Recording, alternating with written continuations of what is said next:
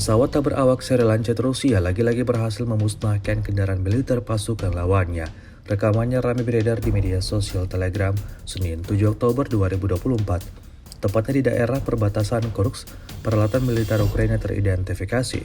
Tanpa berlama-lama, drone militer Rusia langsung menghantam kendaraan lapis baja Senator Russell Kanada tersebut hingga hancur dan ludes terbakar, seperti yang terlihat dalam rekaman. Insiden ini jelas menambah daftar panjang kerugian yang diperoleh Angkatan Bersenjata Ukraina.